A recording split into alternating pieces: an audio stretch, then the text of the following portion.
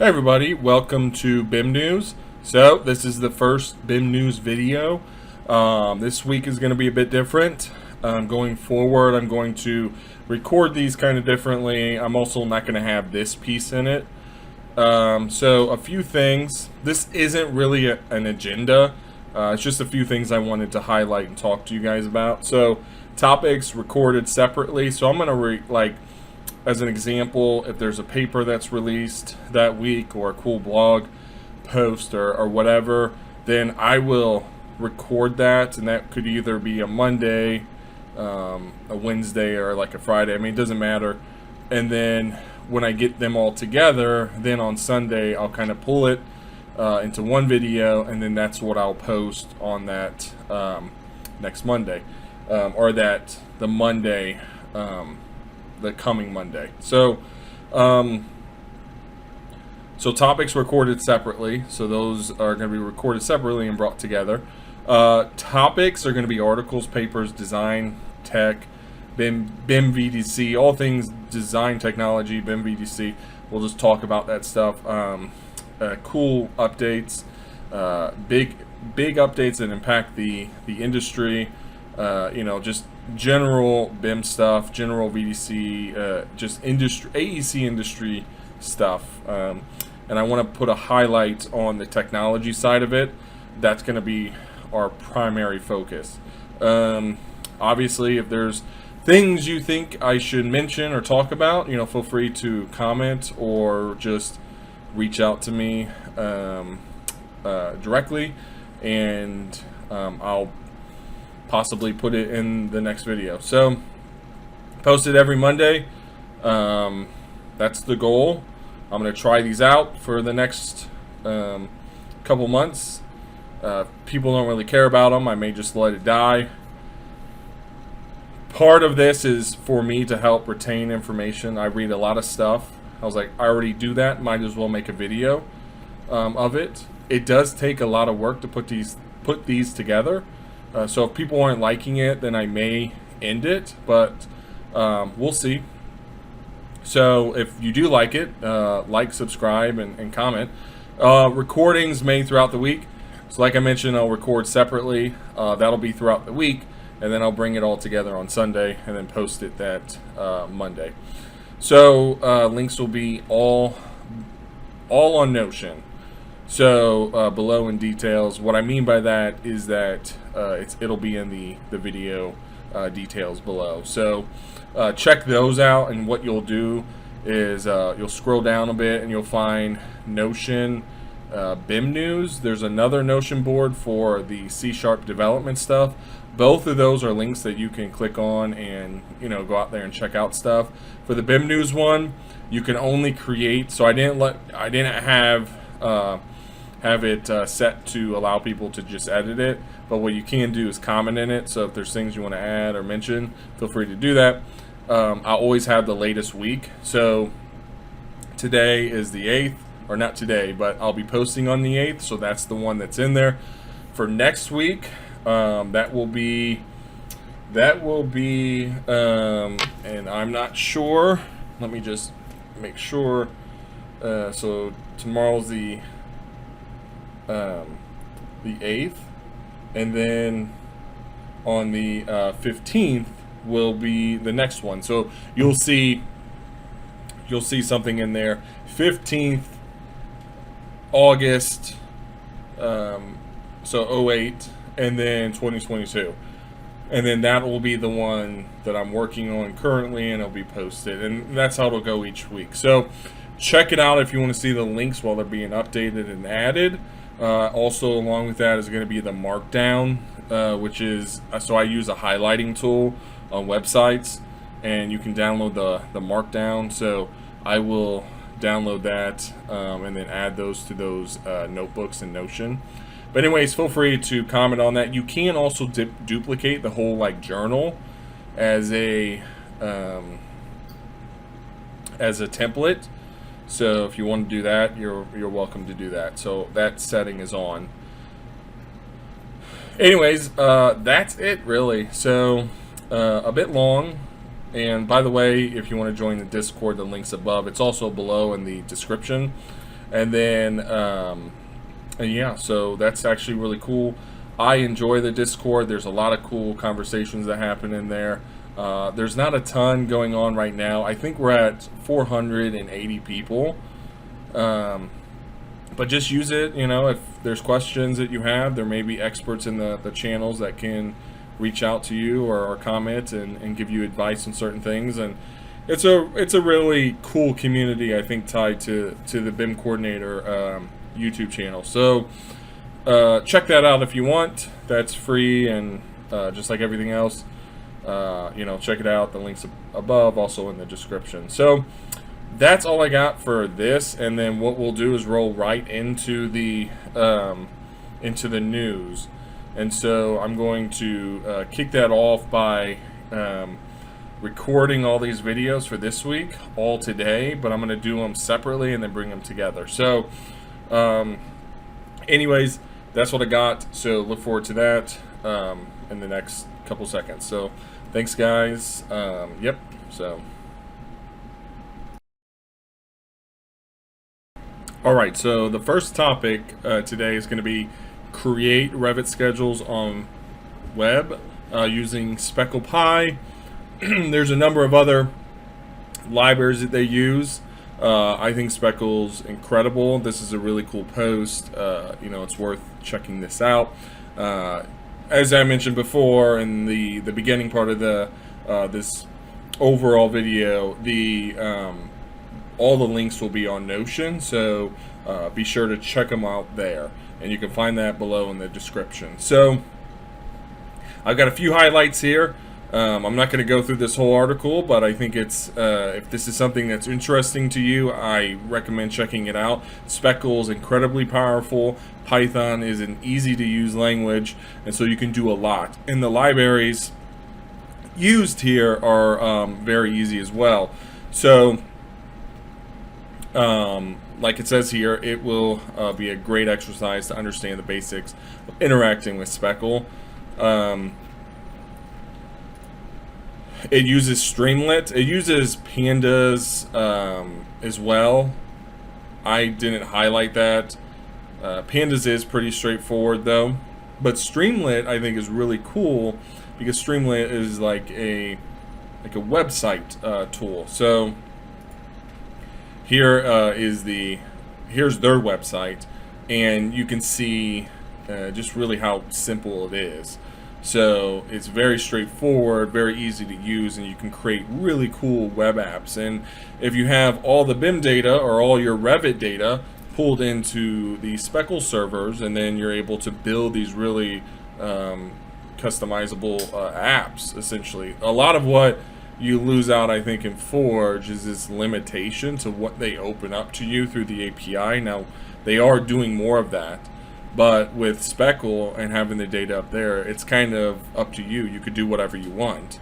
There's obviously negatives to that. It means that you probably have to build a lot of what you want, but I think it's much more powerful having that flexibility than not having it, especially now when more firms are putting the resources behind actually having developers on hand to build things like this. So anyways, I think this is super cool.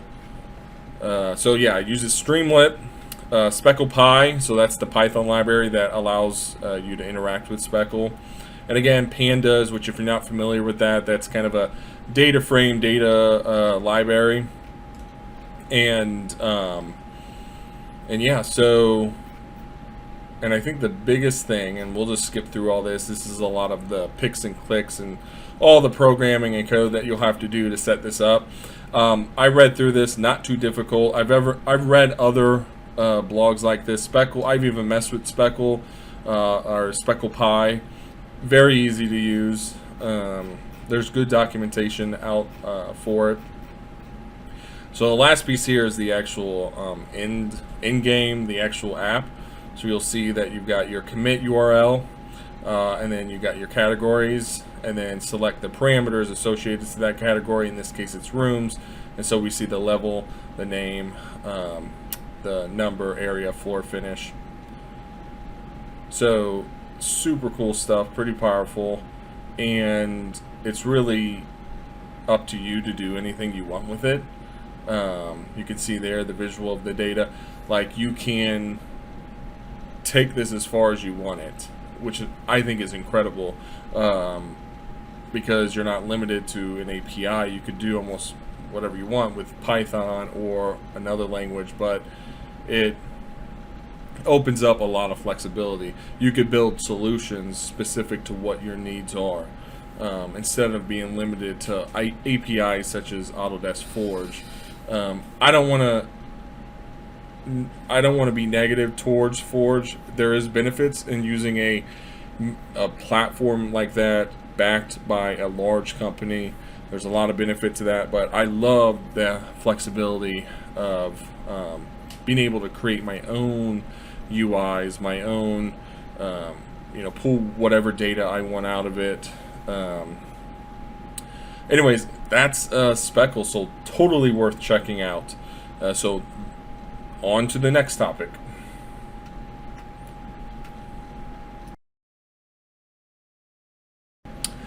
Okay, so this is pretty long paper, computational co-design of fibrous architecture. So this isn't going to be the typical white paper. I did actually find it more interesting after reading into it. So I don't do architecture design, but what intrigued me about this paper was just the word computational. And so I thought maybe there would be some mentions of using computational tools. They don't get too much into the weeds on that. They do talk about the limitations and some of the things that they ran into and why they use the computational method, which I thought was interesting. But this piece right here, I think, is really important. So it shows the potential to converge architectural concerns such as spatial expression and structural elegance. And then with urgently required resource effectiveness and material efficiency using computational approaches. So I thought that, to me, so it's a lot of jargon, but to me what I read was that the expression of structural elegance, so I mean the aesthetics of what you're trying to do, but on top of that, you're given the ability to still design elegantly, keep design in your mind while also attacking resource effectiveness and material efficiency, which is important. So you're not creating some crazy looking design for the sake of creating some crazy design and then wasting a ton of material and having a less effective building because of it. So they used robotic fabrication, integrative computational design methods. What also I found interesting about this is it does talk a bit about it, but the use of kind of these organic type form designs, examples being like planes or ships, some architecture. They list a couple of examples, and that it was available for some time, but it's not very effective or efficient. And I guess some of the materials used in the 50s, and I think it talks a bit about all that right here, but it was very limited. But the fact that we have computational methods, we've got robotics, we've got new materials, there's a lot more room to build some pretty cool things like this. So the development of robotic fabrication processes. So there's that, computational methods, like I mentioned. And yeah, I mean, I didn't know much about this, and I still would say I don't know much about this type of architecture, but interesting to me from the MEP side, from design overall, is that in some design approaches, you're limited by the tools that you have, and now that we have some of these tools like robotic automation, computational tools to automate a lot of the miscellaneous stuff, or open up new design options for us. So able to kind of get through a bunch of data and present something back to us that's informal, like we couldn't do that before. So they had a highly integrative computational approach to this. Several 100,000 meters of spatially arranged and locally differentiated fibers. So that I think is why it was important for them to have a computational approach to it, was that otherwise how would you manage that much complexity? I think using the tools that you have available, you could build something that makes that easy to manage. And I think there's a piece in here, and I don't know if I highlighted it, but it talked about the ability to kind of design this way from an architecture side without being overwhelmed by all the details, because the tools would do a lot of the lifting for you, so you could focus on the design and the effectiveness of the design. It would do a lot of the computational stuff in the background so that you weren't focusing too much on all the nuanced stuff that goes into a design like this. A lot of cool images. I think this is an example. I don't know if this was actually ever built, but I think that's really cool, really neat. It'd be interesting to actually go into a space like that, just see it. Again, just highlighting kind of it's employing interactive or integrative computational design. So that's the example, I think, above. So figure 11, or oops, this one here. So multi-story, which is kind of interesting. I don't know, I've never seen a design like this. So like I said before, this isn't going to be the typical paper I review, just because this is not our focus on materials. But I think that the biggest takeaway that I had from this is how important the tools were to achieve this. Leveraging those correctly gave them the ability to even use this type of approach, or even present this as an idea to use in a practical way. The tools gave that ability. The computational tools, the robotics, they used AI as well.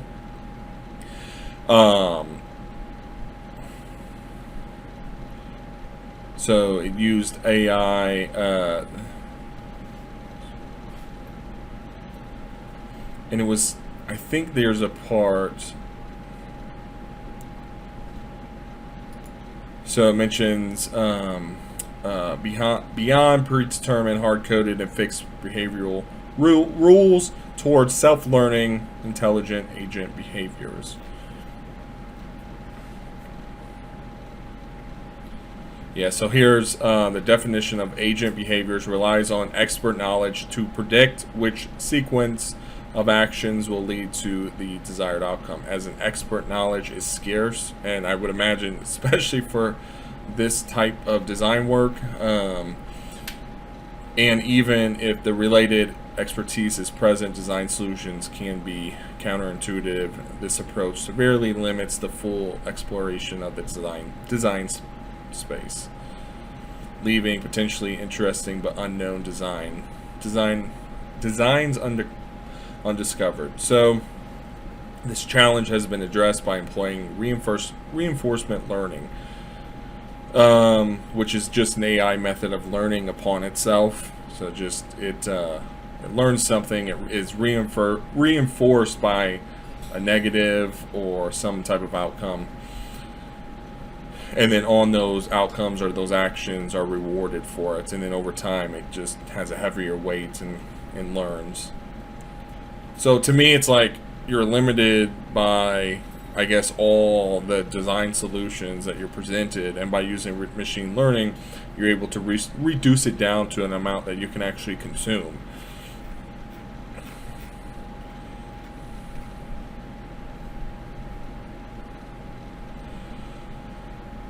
So,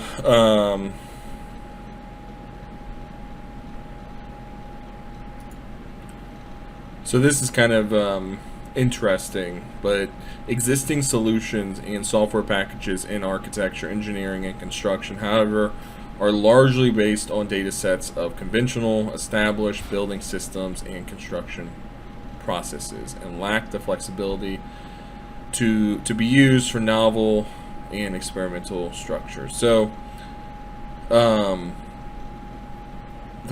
way that I read that is that, you know, tools like Revit are very limited in what they can do. Like, this is how buildings have been built. This is how we know as a, you know, the current mainstream way of elements and things are used to build buildings, and here's the software that reflects that. And something is new as fibrous architecture isn't a part of that structure, that data structure, the geometry that you can even use. And I think that's why a lot of times you turn to tools like Grasshopper and like Dynamo to experiment with designs like that, and then somehow integrate that into the design tool that you're using.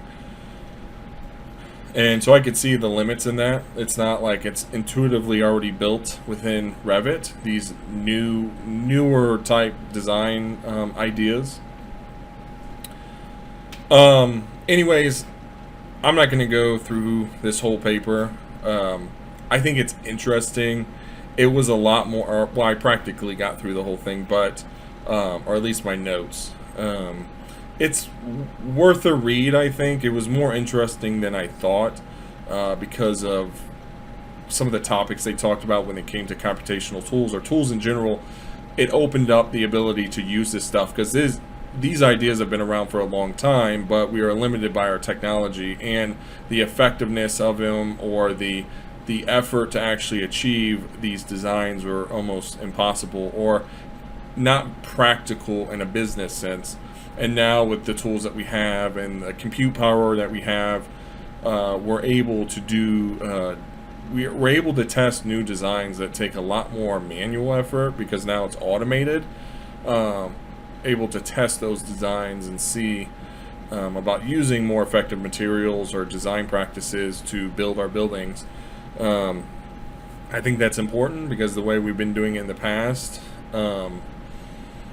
may not be is effective, or the materials we use may not be effective. We can use tools to make our buildings better, more lean, safer, better for the client, the people in them. I think that's important, and if tools help you achieve that, I think that's important to understand those. So that's what I got from the paper. But anyways, that'll be in the Notion. And so next topic,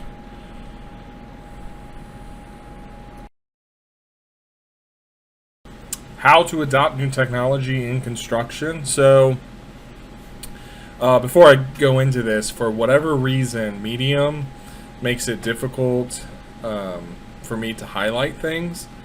For whatever reason, like if I right click and then try to highlight stuff, it doesn't work, like on some text, which is really weird. So I try to highlight some important things. I was unable to highlight all the things I wanted to. But yeah, I like to use highlights as a way to just kind of know what I'm going to talk about.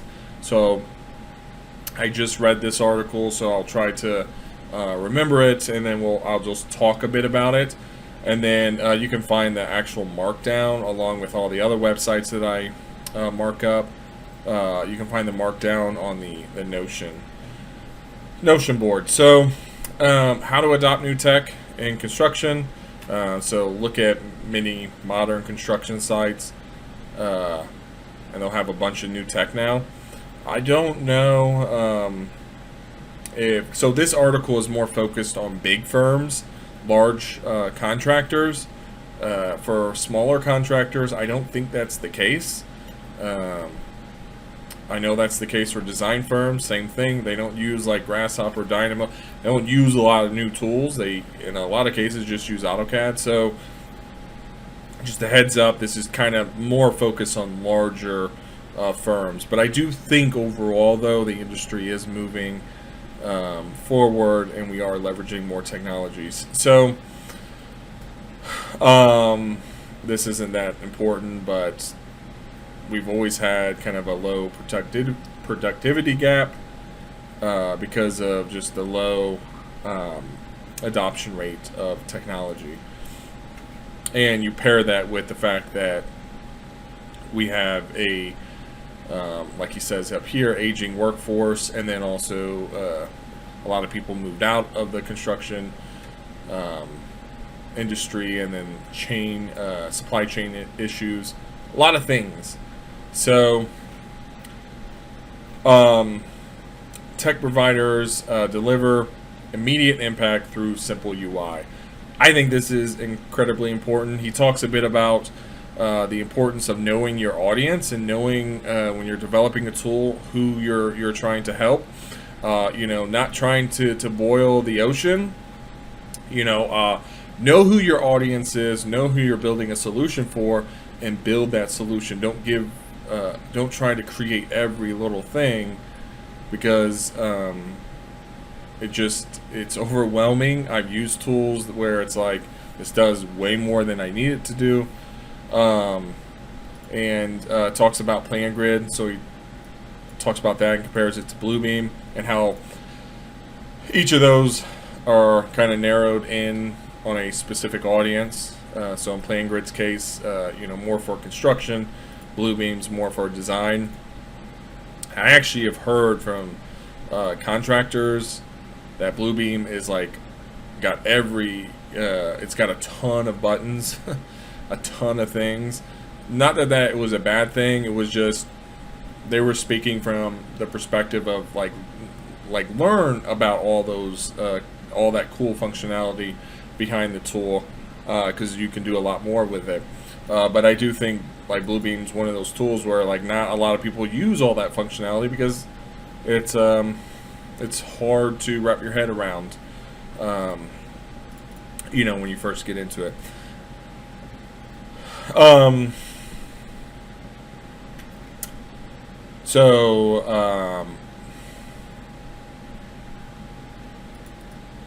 I think this is important. If it provides value, then that's good. It can be complicated. It provides value. That's important. Just continue reevaluating who your audience is, and how are they using your tool. Know your audience. So he calls them field influencers, and identifying those people. And he's not talking about, I think down here mentions, not 5-10 people. And then not identify as technology SMEs or subject matter experts.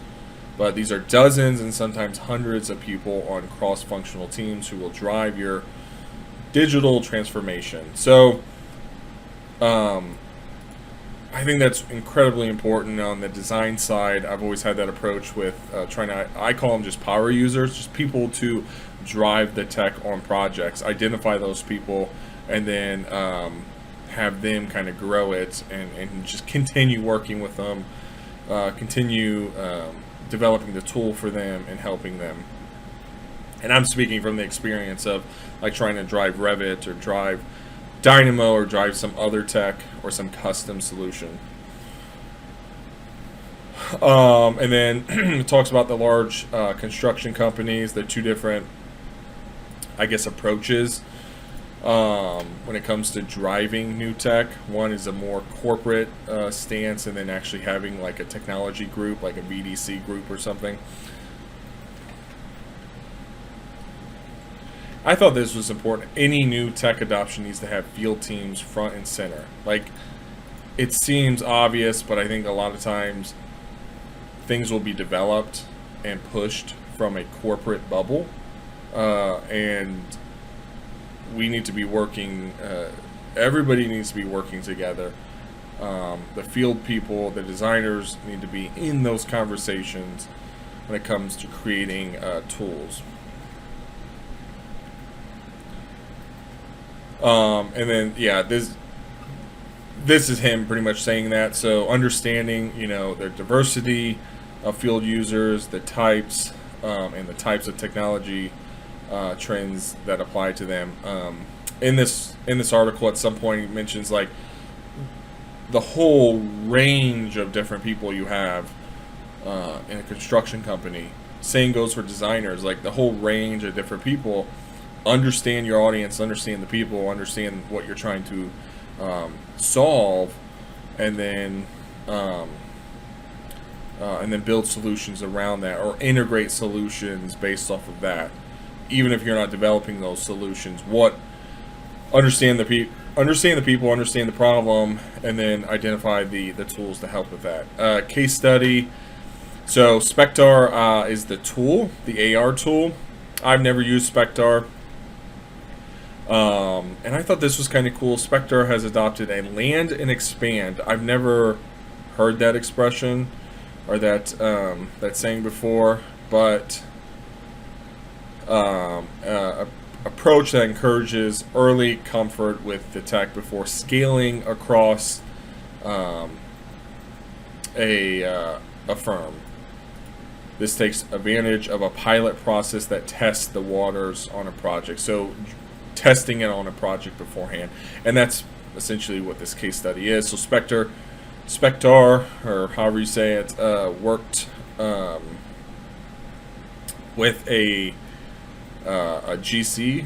Doesn't say who this GC was, on a pretty big building with complex overhead MEP and equipment coordination. So this is an AR tool, and I guess it worked very well. And this was the POC's like breakdown, what they were doing and how they were going to I guess work with that US GC. And he does mention up here, I think in kind of the beginning portions of this, before the UI part, about like we need vendors to really care about, or to work with GCs, to work with people to really solve these problems. And I totally agree with that. So there's that. I think, in just a personal experience with AR, I wasn't working for a firm at the time, but I was in school. I think I may have been working at a part-time at a like a sub-consultant or a subcontractor. But I went and visited a site. Alberices was the contractor. I was able to visit a site that they were managing, and they were using AR, and that was like 6 years ago. They were using AR. They were able to coordinate and even identify. They showed us an area where this duct was unable to kind of get through, and they had to redesign that space. But they were able to capture that before fabricating any of the pieces. They were able to walk the site, see it in AR, and then catch that case. So yeah, so the next thing. Okay, incomplete and unused design technology's dirty secret. Paul Wintour, I think he has a lot of good articles. They're typically very interesting. This one talks about incomplete and unused tools. I live in the BIM and design technology world. A lot of the pieces from this article resonated with me. I think if you are in VDC, BIM, design tech, that it will as well. Developing their own in-house digital tools. I do think that's becoming much more commonplace. Like a lot of firms, I mean, I've been at a firm that like just started to hire computational designers and software devs. I work at a firm now currently that has software devs, and there's a bigger focus on consultants now that have developers on hand. There's a lot of and what I mean is like consultants that that specifically develop tools for AEC firms. Like there's a lot more of those now. So I think that's becoming much more common. And then the two big things in this article that he'll be talking about is that these tools are incomplete or unused. And that's a very common thing as well. People will work hours on tools that aren't ever used, or will die because somebody leaves the firm, or the project is just, it just dies out naturally. The person may still be at the firm. So before I go further into this, my opinion on that is that as a industry, we are very immature when it comes to development, when it comes to all these other, integrating all these other, I want to say like industries, specialties into our industry, such as software development, such as data science, business analytics. All this stuff is hard, and I think as a design technologist, you'll see probably a lot of leaders that don't know those industries, that they're not from those industries, and sometimes they see them as not. Sometimes they'll see the efforts to leverage those technologies, those industries, the expertise required. They don't see it as that much effort or investment. In reality, if you want to use software, you want to use it properly, it's a huge investment. Same with data science. It isn't a weekend project. There needs to be a lot of thought if you want to build a practical solution for your firm. And so I kind of think we're very immature when it comes to that stuff as an industry. Obviously, there's some firms that they know how to do this stuff very well, but I think overall we're immature when it comes to leveraging these things that are untypical of AEC, such as software development, data science, machine learning stuff, all of that, data engineering, and so on. So, few things I think are important. 85% believe digital tools should be adopted. When working with organizations to define their digital transformation roadmap, one of the questions we asked is what existing tools have been developed, and a lot of times that's delegated to the BIM manager, and a lot of times that's leaders don't know what tools are available. Like he says here, 2/3 of managers and project leaders do not know of any central repo that has their tools, and that is incredibly consistent. That's the case for almost every firm I've ever talked to. It's like they don't know what's available to them. Now, some of that, and he talks about a bit of further in this article about marketing and the importance of continuing to over-communicate. I do think the information a lot of times is available. It is out there on the internet.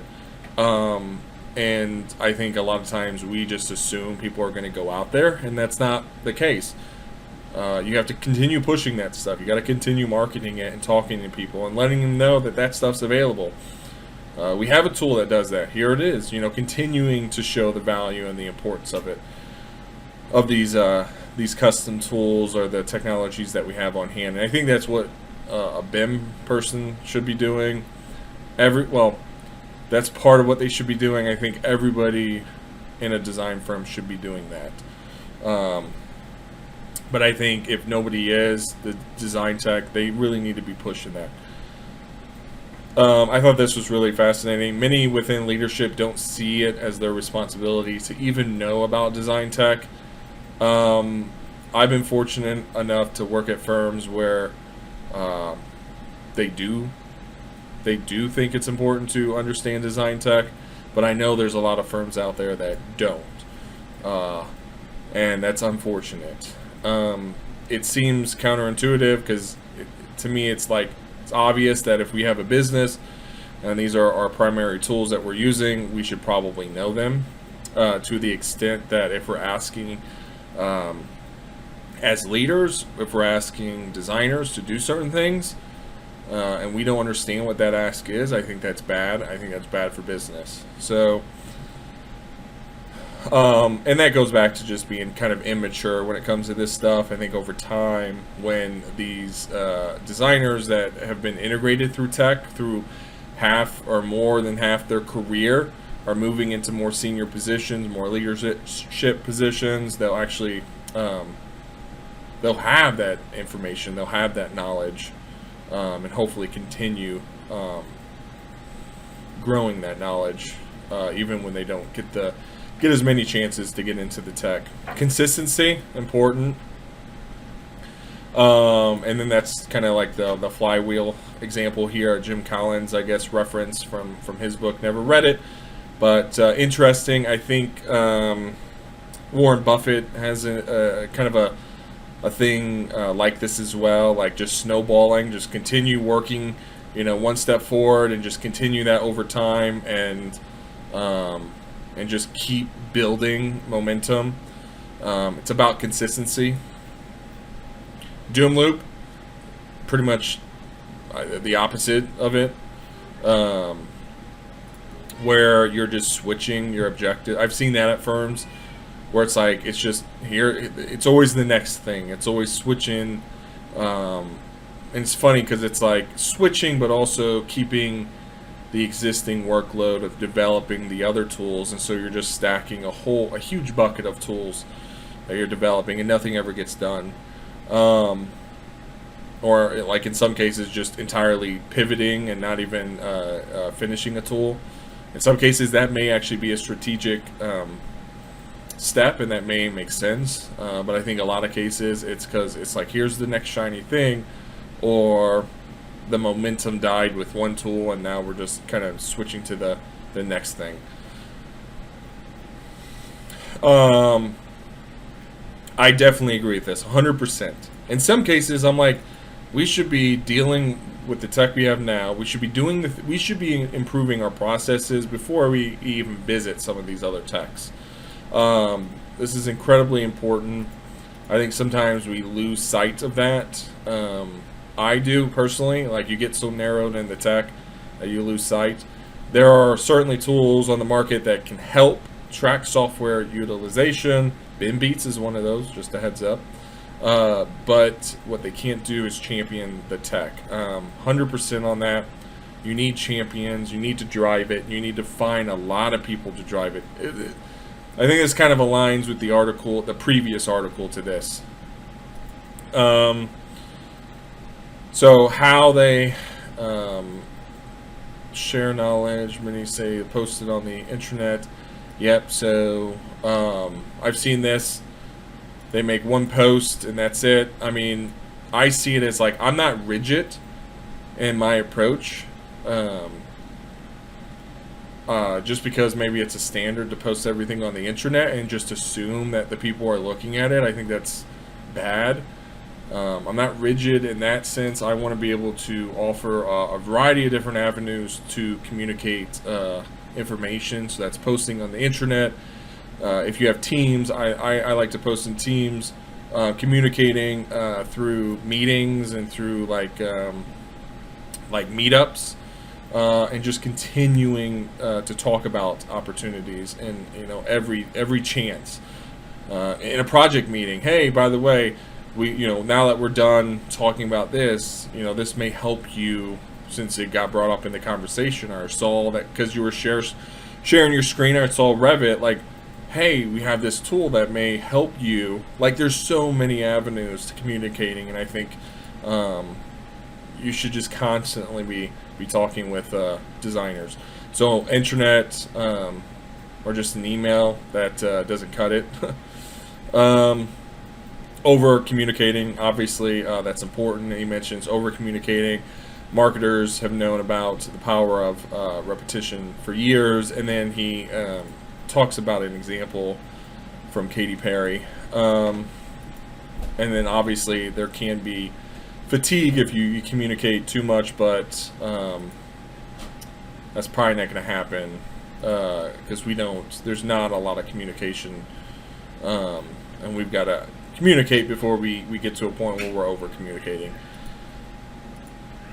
And then, yeah, just be more consistent to reap the benefit of these tools. So I think this article was really cool, and this was just like every week, it's going to be the newest articles. So this was on the August 2nd. So both those came out. Those are really great. I think, the one that how to adopt new technology in construction, and then this one more on the design side, but talking about actually incorporating it into furthering it past just the development phase, but actually how do you get it to get adopted. But I think both these are really great articles to read, especially if you're that person pushing technology. All right.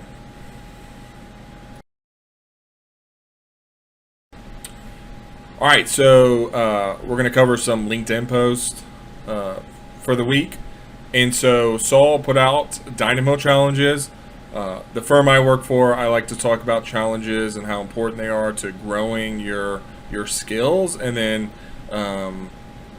this aligned really well with what I was talking about my firm, and Saul put this out, and I shared it within my firm, and I was like, oh, this is awesome. This is a good chance to do some fun exercises and also do that with other people as well, and then learning Dynamo while you're doing it. So this was published, and yeah, definitely check this out if you're interested in challenges. I think challenges are important. They're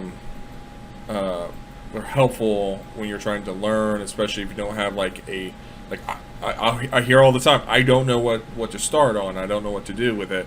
Well, challenges is a good way to do it. It may not feel like you're practically solving a solution, but those skills that you're developing are going to be applicable to the script that you build for your projects. So anyways, check this post out. While we're at it, this isn't a LinkedIn post, but because of Dynamo, new Dynamo primer video tutorials released. I know they updated a lot of that stuff, and then also Dynamo office hours. So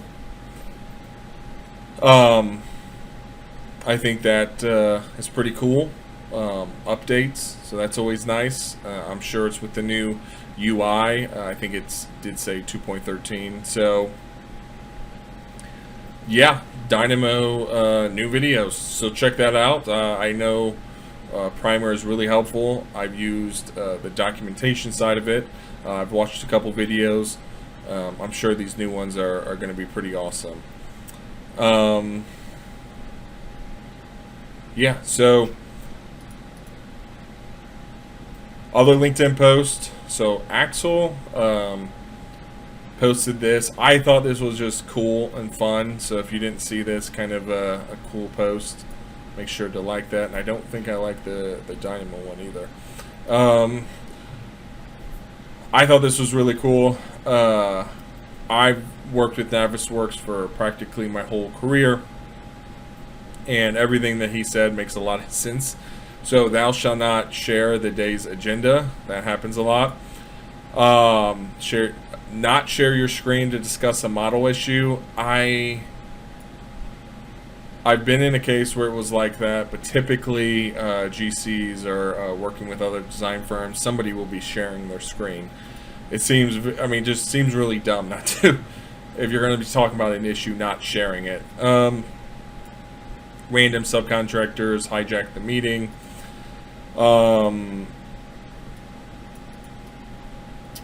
If they found a coordination issue, retain 15 people. Yeah, this one's a big one. So I can't remember what it was. Because one of my first experiences in coordination was being on a 4-hour long call, and it had probably 30 or so people on it, and that's half a day. A half a day of half a day on a call for no for you to only have 15 minutes of information that you're giving to other people or them giving to you. And so I think that's incredibly important for everybody on the project. Those meetings are expensive. You're taking away time from those people that where they could actually be working on projects. So that's a big one. I just and it's very simple. Just invite the people that need to be invited, and break that 4-hour meeting into, or that 20-person meeting into just the meeting, with the people that are impacted, that need to be helping the decisions, and also make it like an hour, not 4 hours.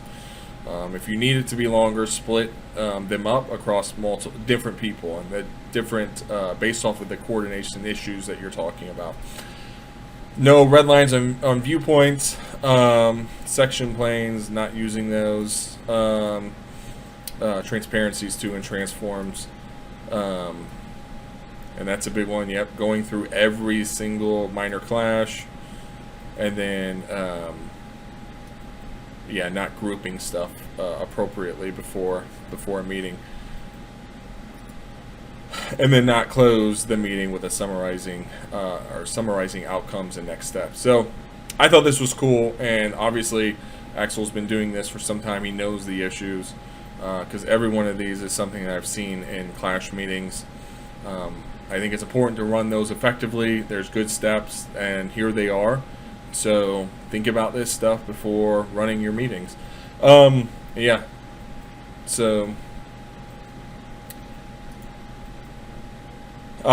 next one, I didn't get to read this article yet, but I wanted to make sure to share it today. So IFC, MVD, IDS, what's it all about?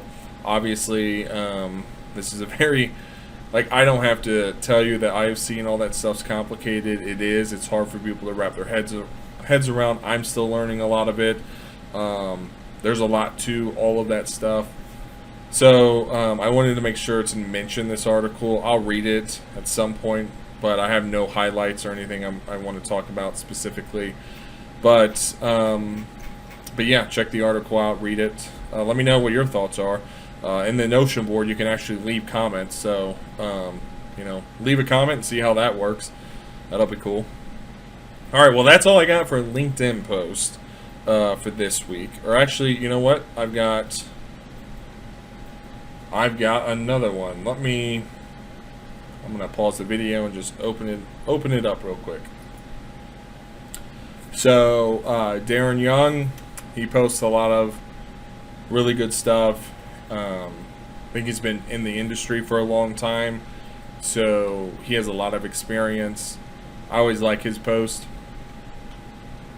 I'm not gonna read all this, but he's kind of just making fun of. I want to put words in his mouth, but it's just talking about the complexity of these softwares, and he's specifically using the using BIM 360 as the example. And if we scroll down here, he said if you do lack permissions, note generic the end, and the software. Say that. As an industry, we're not improving productivity because we won't adopt tech to enable digital transformation. I thought that was interesting, and it's kind of funny. And just like some of these earlier articles, like simplicity is sometimes nice. I did talk about BIM 360. I mentioned BIM 360 Team and how that was I guess a more simple tool. I didn't use it too much, but I know the functionality was limited, and they addressed some of those concerns in BIM 360. And I think some of those concerns came from MEP designers. So it's like it's hard to balance that when you're a massive company supporting a range of different disciplines. How do you keep simplicity, but also give the functionality to the end users? But I thought this was funny. You'll have to read through this, and if you have experience with BIM 360, this makes a lot this will make sense to you, and it'll be kind of funny because he just outlines just all the complexity with BIM 360 and why it's just. I mean, on my end, it's hard talking about this stuff to people because it's just, yeah. So, like, because it's hard for them to understand. It's like we just want to work on our models. That's it. And so I a lot of times will try simply. I just give them the information they need. Over time, we grow that knowledge with the team so they understand the complexities of these tools so that they can leverage that those other all that other functionality within the tool.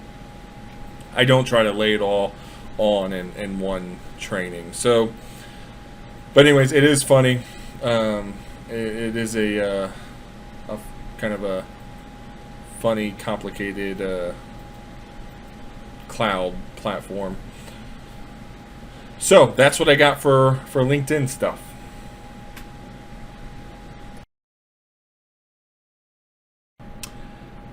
All right, so the Chicago Innovate Tech 2022. It's a 2-day event. I think for both it's $120. So they use Eventbrite. I don't know if it's worth it if you're not going to be there in person. Virtually, I don't know if they have discounts for virtual attendees. Or maybe it's free. I don't know. I haven't got that far with it. I haven't signed up. But the 21st, which is Friday, October, it's on a Friday, and then the 20th is on a Thursday. They have in-person and virtual. You can do bundle tickets. That's what I was looking at over here. That's $120. Maybe there's a free one, because if we go back here, if you look at the workshop courses, there's only 2 web versions or web workshops. The rest is in person. So, and then this is the symposium, I guess. It just event introduction, event keynote. I mean, maybe virtually, if this is virtual, like only get the symposium, but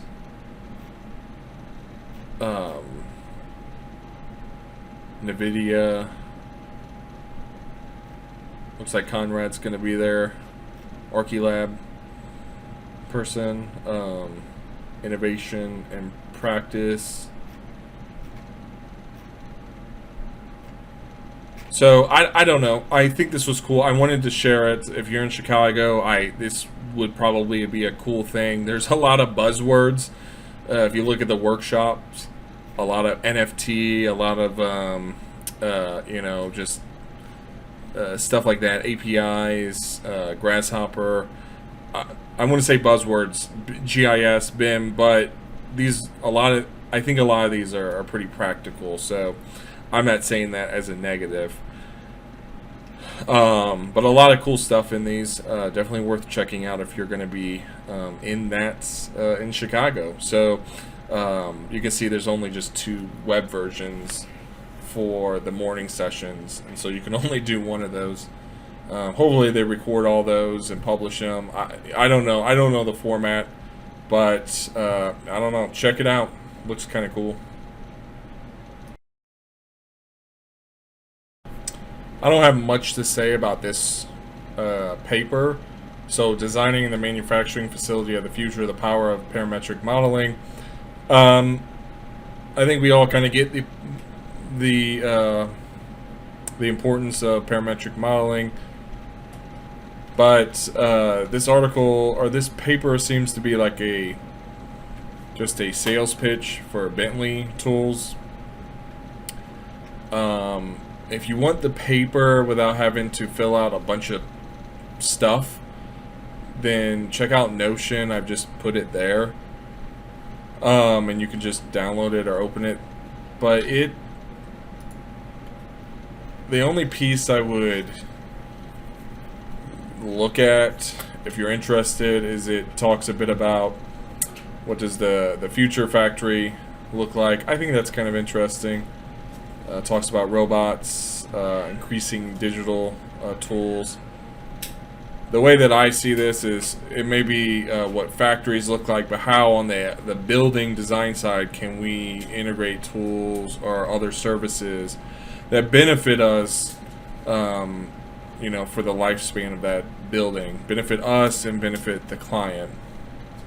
Here's some other tools they talk about, machine learning as well, and AI, so some of the benefits of that. But a big portion of this is talking about the history of Bentley and the tools and stuff. So I would read the bottom part of it if you're interested. There's some kind of cool pieces in here. Open data and interoperability are key to collaboration, so I think that's a big thing. Anyways, I don't have much to say about this article. It's interesting. It's just a lot of stuff, and it's focused around MicroStation and some of the tools that Bentley offers. Nonetheless, I think there's some tidbits in there that are interesting. If it interests you, check it out. Okay, Midjourney. I think this is a really cool topic to talk about. There is a article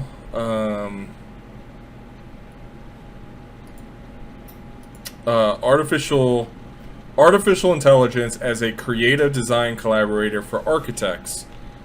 So that was posted on June 23rd, but I found that while I was searching for something else, and I think that kind of applies to what we're seeing here.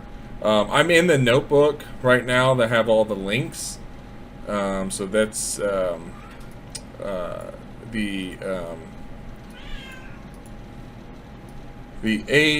this date doesn't make any sense. Why do I have? Let me fix that. That doesn't. Okay, that's... Oh, I think... So my initial idea was to have it, on Friday. So this is day, month, year. So I had it on Friday, but I switched up and thought, oh, it'd be better to have this on Monday. That way I have the weekend to prepare. Anyways, Midjourney. So this artificial intelligence article, I think that's check that out. I think that's important to read that, because I do think tools like this are going to play a big role. Now, I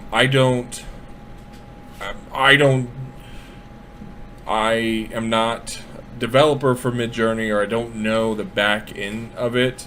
I did get into the beta, and I did get on their Discord. And I was able to create a whole bunch of different prompts. I wasn't, some of them were really cool. Like I did some cool alien ones. Some of them, it just wasn't that great. I think it's really dependent on the prompts that you make. And so here's the different examples I saw online that were more architecturally related. So I thought they would be the cool examples to check out. This one here is from Speckle. I thought that was really cool. And let me just go ahead and open these so that we can actually take a look. Because what it does is when you make a prompt, and I don't know if it'll give you a single image for some and not, but for all the prompts I made, it gave me like 4 images. And then you can run it on like different versions. I wasn't sure how all that worked, but I ran out my trial pretty quickly.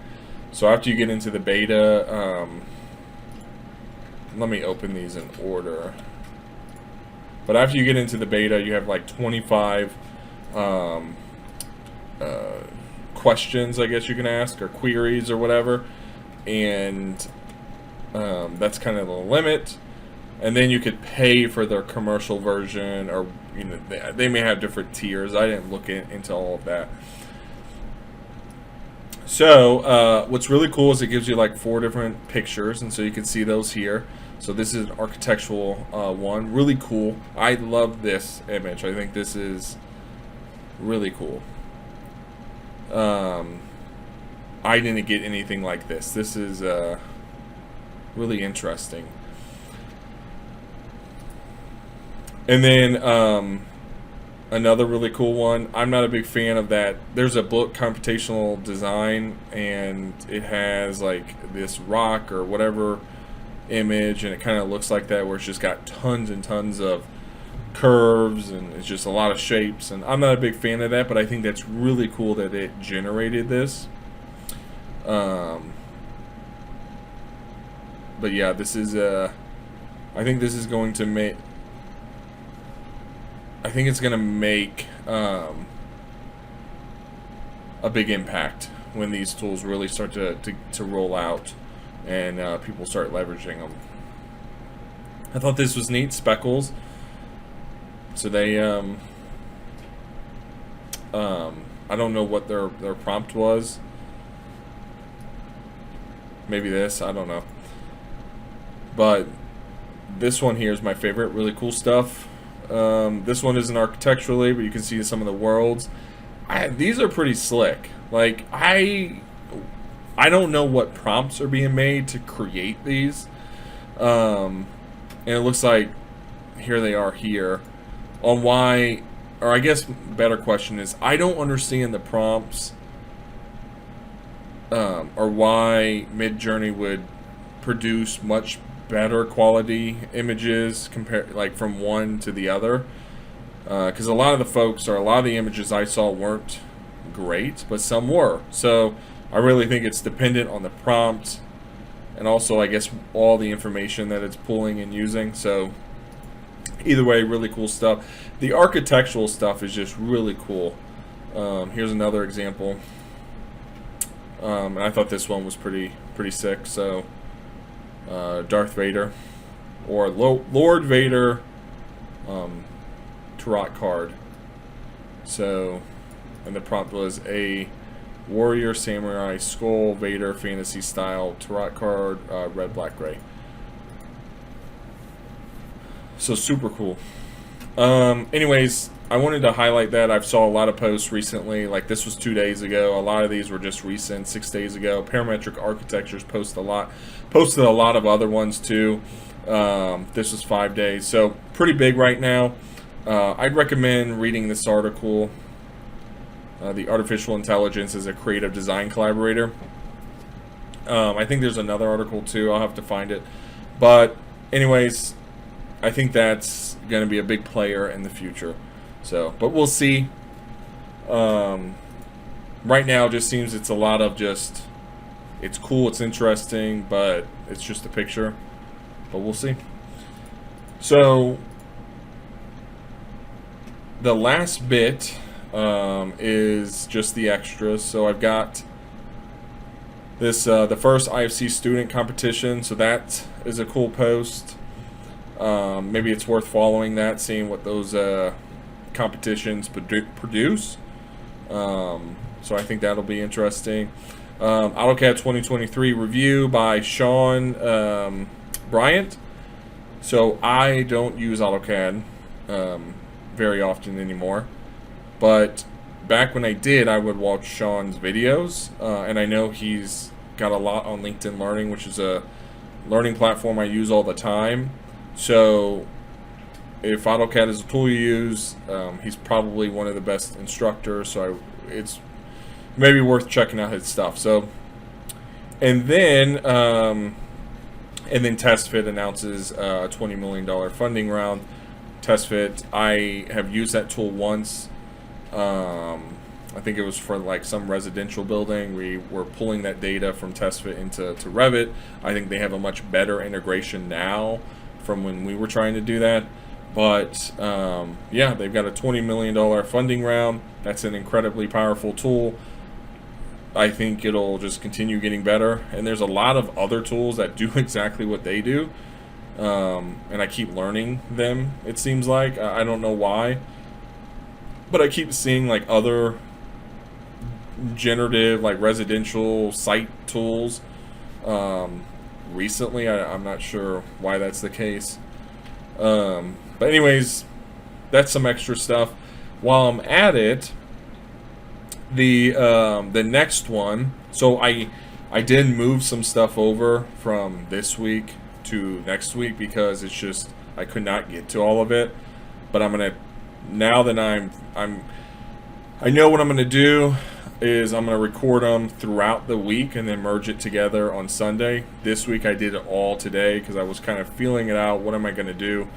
Now I know, so I'm gonna read through these and then publish them. But in the meantime, if you want to check these out, they are here. Well, except for this one. This one needs to be deleted.